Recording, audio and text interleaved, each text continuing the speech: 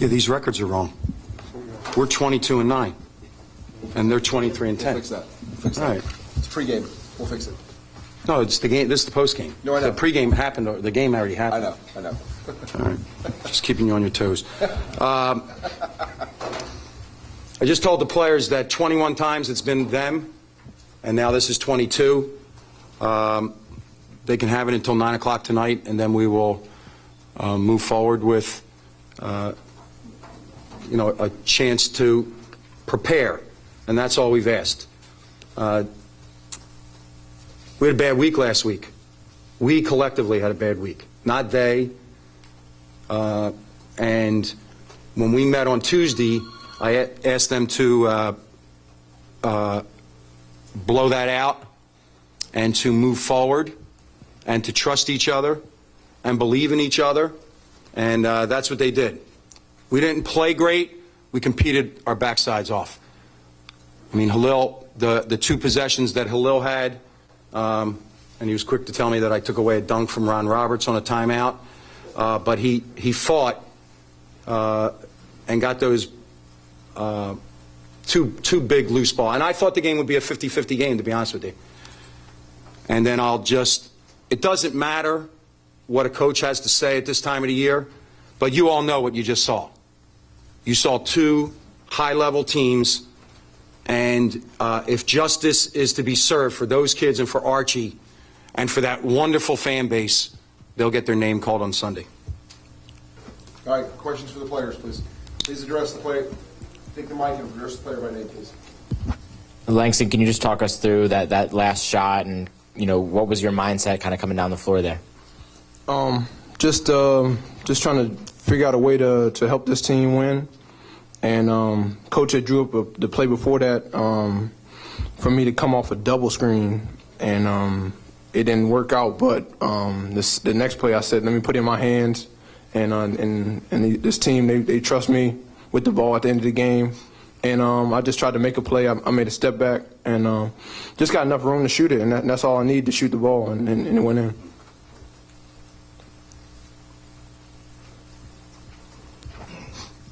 Langston, do you think you pushed off? Did you extend your left hand and get an advantage?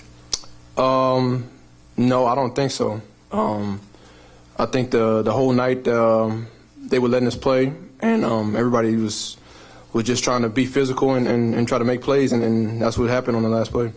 They seem to limit your opportunities in the second half. Is that accurate? And can you talk about what the rest of your team did to get a lead and build a lead when they were concentrating on you?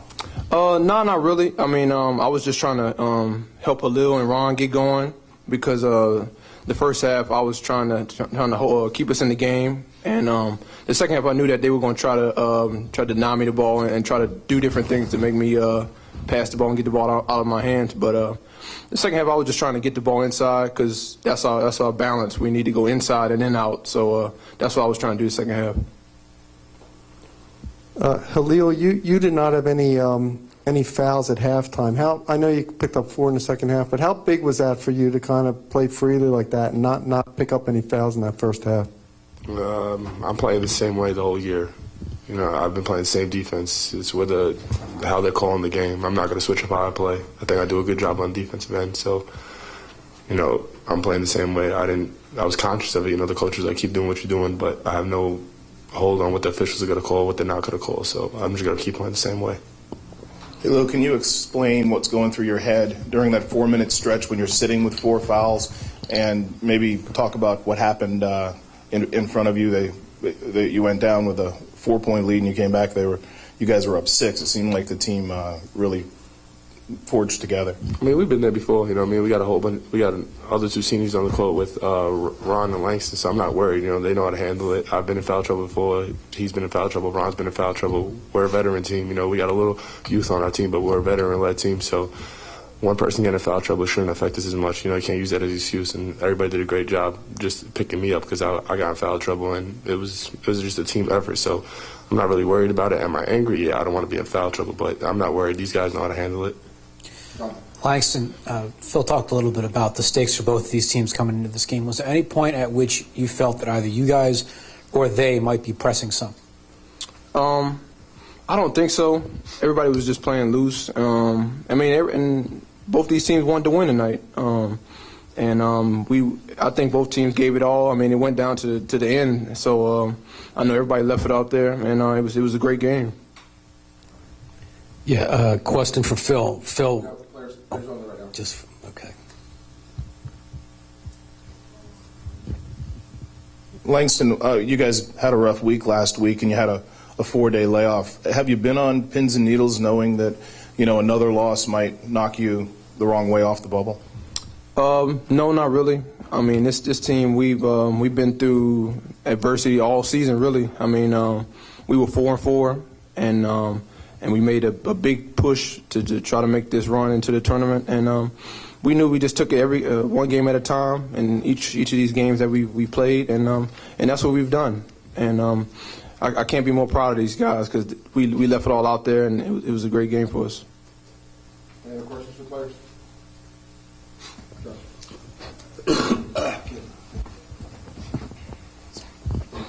Halil, before you guys even played, St. Bonaventure knocked off St. Louis. Do you think they did you guys a favor and made your path a little easier tomorrow?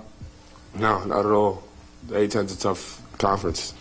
Every team's tough. If you've seen every game this year, probably every team's tough from the bottom league to the top league. UMass, Rhode Island game tough last night.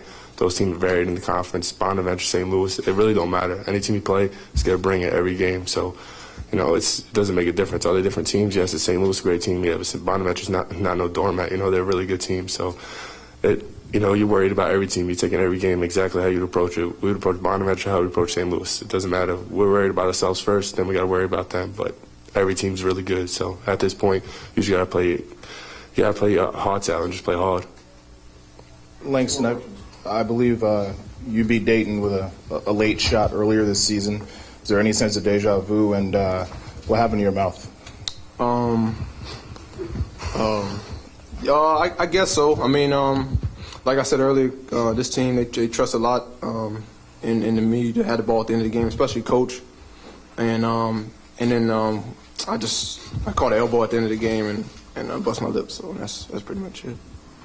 Anybody else for players? All right, guys. Thank you. Good deal. I got this water. Yeah. For you. Awesome. What's there? All right, questions for Coach Martelli? Could I just add something real quick, though? Marcus asked a question about what does Halil do when he sits over there. And unfortunately, over the last 5 or 6 games, he's had a lot of time over with us with foul trouble. He's one of the best bench players that I've ever had. If you watch him, like if you could take your eyes off the action or put a camera just on him, he's talking on every play. He's encouraging on every play. He's offering suggestions. He's a phenomenal. He has a really high basketball IQ. Rough around the edges, but he's got a really wonderful basketball IQ, and he is a tremendous, tremendous teammate. This is a team full of great teammates. He might be at the top of that list, though, as a teammate. Yeah, next question. Yeah, hey, Phil, congratulations. And after you guys got that rebound, you had the 2-point lead. They took a shot. There was a second left. You were kind of, I guess, celebrating. You let out like a whoop and everything over there. Was that kind of a sort of an NCAA sigh of relief or something like that? Did you feel the frustration, or what was that about? Yeah. I was just excited for my players because that literally was a fist fight, and it was a fist fight for 40 minutes. I asked them to fight for 40 minutes, and they gave me everything that they had, and because of the character of these guys, I just want to keep coaching them. I want to keep being with them, and the chance. I knew that gave us a chance to play tomorrow, and to these next 24 hours or whatever it'll be, 20 hours will be a blur, but it'll be an enjoyable blur. I was just for the players. It's a wonderful, wonderful group, and all success is due to them.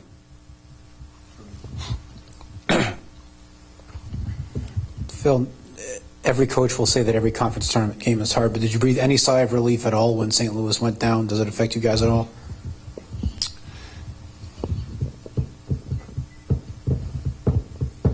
Nope.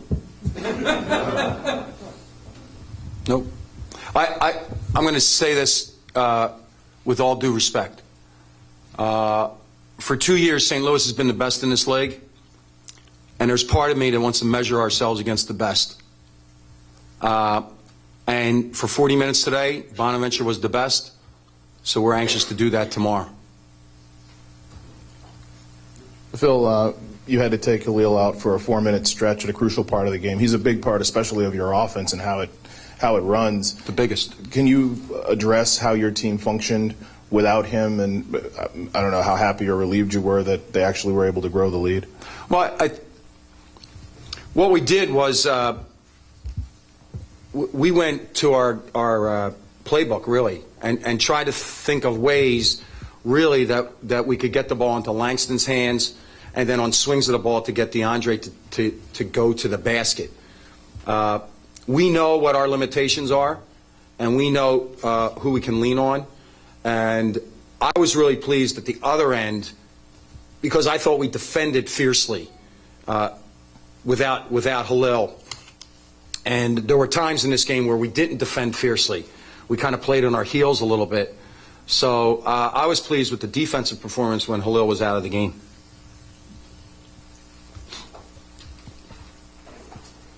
Thank you, Simon. Caleb, up here.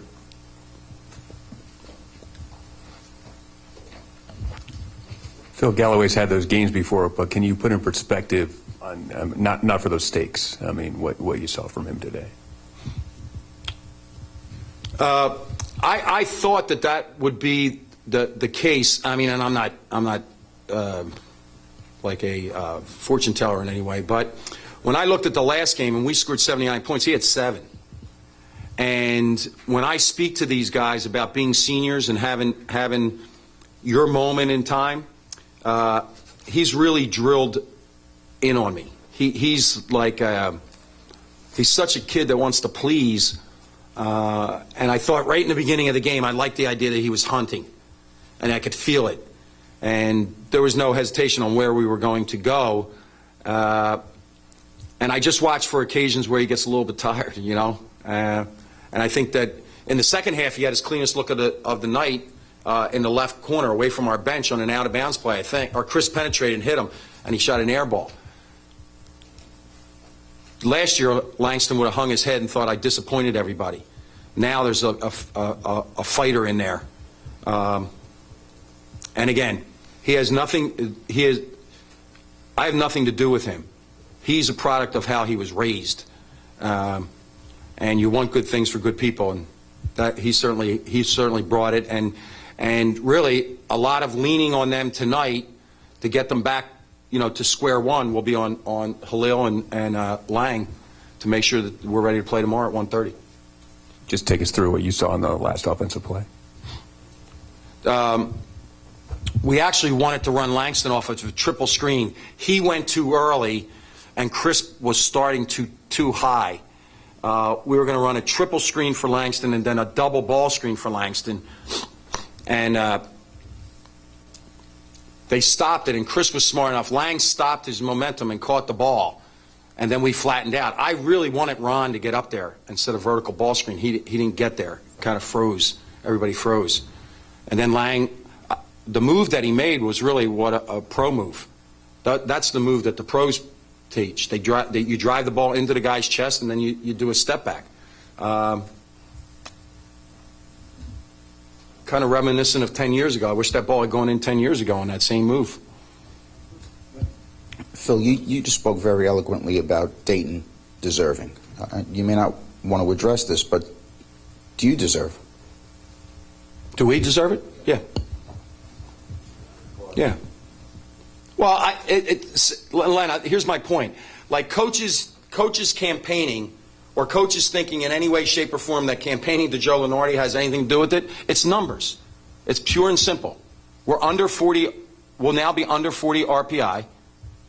We have 11, I think, road wins, road or neutral. We played in this league, and we're in the semifinals in this league. Enough said. Enough said. Any other questions for Coach Martelli? Thank you. Thank you. Thank you, Drew. Stay on. Say no.